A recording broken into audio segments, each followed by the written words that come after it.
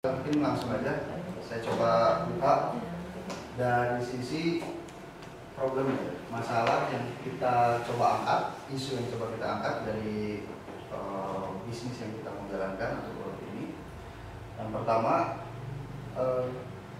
kami melihat kios informasi yang sudah ada sekarang ini. Produk kita intinya ada di kios informasi, Pak. Tapi di Indonesia kami belum melihat itu. Kita akan coba analisa harga, cuman sementara mungkin ini hanya analisa dari sisi produk yang kita ingin deliver ya. Dari sisi pasar kita belum, menurut saya itu belum bisa disamakan dengan mereka karena mereka sendiri belum masuk ke Indonesia. Ya, 20 ribuan. Dalam ribuan. 20.000 kali 1.000. Ya, juta, 40 juta ya. Ya. Ini asumsi kedua, kita asumsikan dalam 1 tahun kami mendapatkan 10 konsumen dengan metode cara penjualan yang 3 tadi, model pricing 3 tadi, penjualan tersewa dan sewanya. Barangnya juga baru rilisnya Juli ini, mungkin sampai Indonesia Agustus kali ini. Tapi kita mulai dengan aplikasinya dulu sambil berjalan juga karena itu baru rilis Juli. Ya, yang untuk motionnya Pak, yang motion controlnya untuk udah terbukti. Dari kita membuktikannya cuma dari review sih Pak, dari review di internet. Bagaimana mereka reviewnya yang memang cukup bagus kalau dibandingkan dengan Kinect misalkan Microsoft. Kan ada beberapa yang lain juga kayak misalkan iSight.com, dia juga menyediakan teknologinya dalam engineering akan menjelaskan mengenai drive dan mungkin ada tujuannya sudah memahami gambaran keseluruhannya ya sebelumnya. Jadi ya tim kami terdiri dari 2 orang, saya Winu mengenai mobile alat negara mengenai mobile application-nya, kemudian teman saya Gali akan mengurusi masalah infrastruktur, saya juga bagian bisnisnya.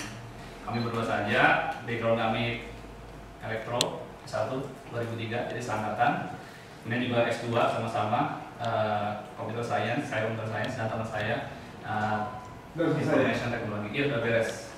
Jadi saya balik Oktober 2012 ke Indonesia. Udah Jerman. Iya, kepada tidak paham Pak ya. Satunya Jerman juga.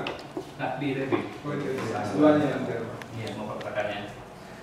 Sebenarnya di Indonesia saya lihat tidak semuanya pakai WS. Malah ketika orang macet mereka bakal update status di Twitter. Terus saja sebenarnya ini karakteristik Indonesia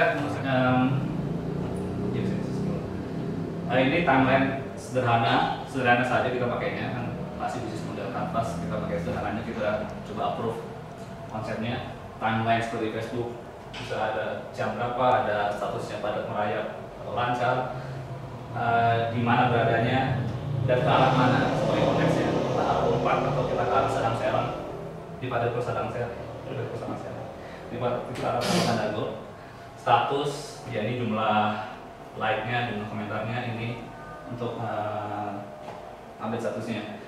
Yang paling penting sebenarnya dari fitur kali ini adalah yang kedua, ketika orang mengisi semua informasinya, kami ingin mengambil informasi geolocation-nya. Ini paling penting sebenarnya, mengambil geolocation-nya, karena ketika orang tweet kan udah diakuisisi. Bisnis modelnya tadi multi site platform, jadi 3, virtual user, advertiser, nominee. Customer user berhak secara gratis mengakses semua fitur yang ada.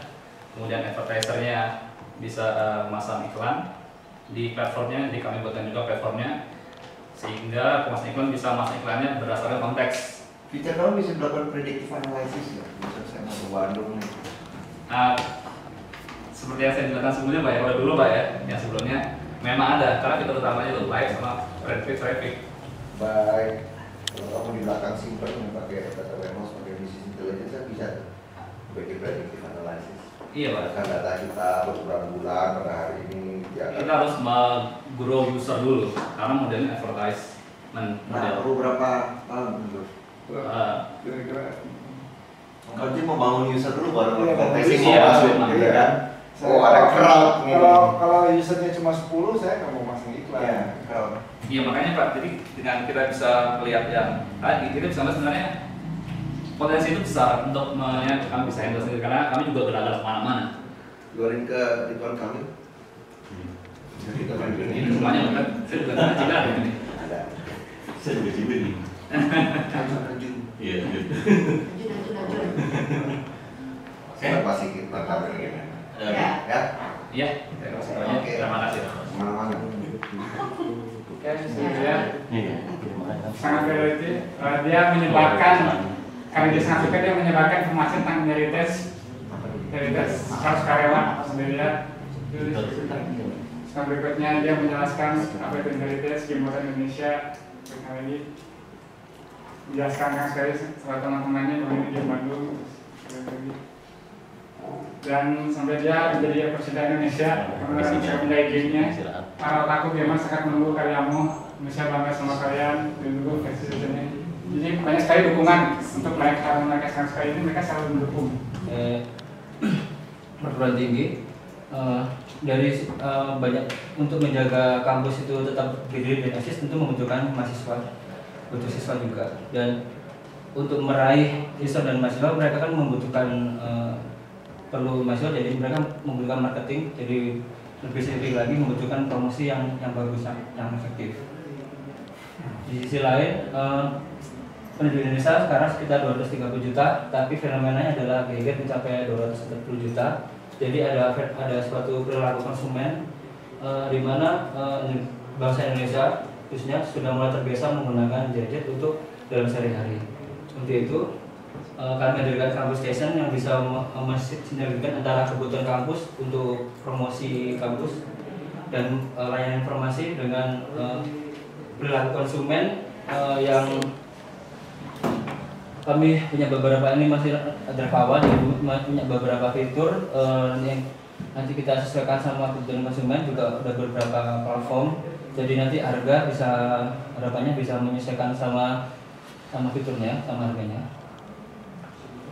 Terus bisnis model kanvas yang kami susun untuk pasar ceruk, kita menggunakan pasar ceruk spesifik yaitu kampus dan sekolah. Kemudian value, proposition, sifat baru kami sudah cek di App Store di beberapa. Untuk kampus-kampus besar di Indonesia kami cek, kami kaget belum ada. Gitu. Kami cek MIT, Harvard, Stanford, mereka semua hampir semua sudah ada apps profil kampus mereka. Jadi kami ini ada potensi gitu kan. Makanya kami ingin buat, kemudian dengan adanya ini, dengan ada app, kami berharap ada pengurangan biaya karena bisa mengurangi biaya brosur, bisa biaya iklan, karena ketika cari informasi user calon siswa atau mahasiswa bisa tinggal download aplikasi gratis di App Store. Kemudian Masih terhadap proposalnya. Oke, silakan. Ya, assalamualaikum warahmatullahi wabarakatuh. Dan Bapak-Ibu semua. Perkenalkan, saya Wira. Saya perwakilan dari Statistics Station. Dan berikut kita akan mengerjakan presentasi Statistics Station.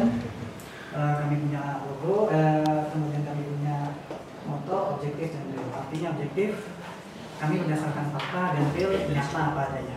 Produknya apa sih? Kita di bidang jasa. Jasa. Iya. Ya, what kind of jasa? Kita jasa konsultasi untuk riset, baik penelitian, tapi untuk core sekarang kita berada di skripsi, tesis, disertasi, tapi untuk pengembangan kita berada di Tesis disertasi maksudnya? Iya. Jadi Buat untuk guru? pengolahan data analisis. Oh, untuk yang bikin skripsi tesis? Iya. Itu bukan bikin tesis kan? Kita analisis data. Kalau bikin tesis Karena kalau tesis Banyak. belum ada ininya. Kan banyak. dulu ya, bikin tesis. Di luar ini. Karena memang kalian kita di sini.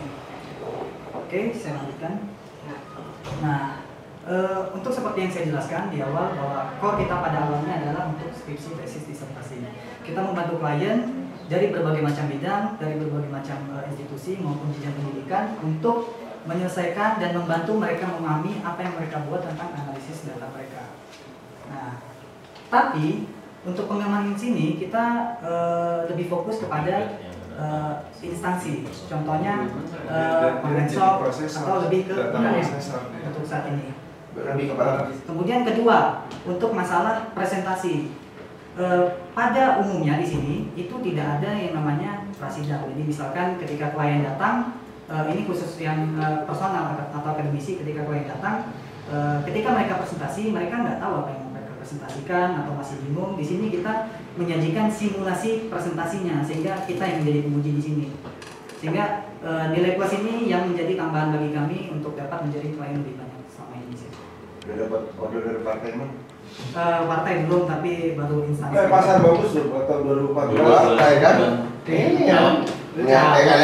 Elektabilitas ya. Dan perorangan adalah caleg. Untuk perorangan caleg, intinya partai. Partai kan besar-besar tuh yang LSI segala macam. Ini Caleg aja. caleg. Ya, untuk caleg kebetulan sedang ada penjajakan, tapi Dan kamu bisa replicate hasil survei. Caleg yang satu mau survei. Tapi jelek harus konsumen juga, nggak boleh konflik of interest. Jadi Iya, betul. satu daerah ada satu orang, jangan juga caleg yang lain gitu, nanti Kira-kira siapa tuh yang di Garut kemarin bupati itu siapa? Aceh. Aceh. Nah itu masih punya daya Elektrikitas nggak? bisa. Ada hati atau Cukup hati. kalau di Garut kan tinggal pemilih wanita lebih banyak. Cukup supaya kaum wanita aja. Cukup, udah representatif. Gitu. Selesai dong, Pak. Udah selesai. Udah diambil Bang Boris itu. Oke. Boris. Ya, ini ada beberapa unsur rancangan Perorangan ya, target marketnya ya. Iya, jangan fokus sama LSI dulu. Retail, Pak, retail. Ada analitik, yaitu untuk menganalisis, ada eksperimen, misalkan eksperimennya di laboratorium. Jadi ada banyak pendekatan atau rancangan penelitian tergantung tujuan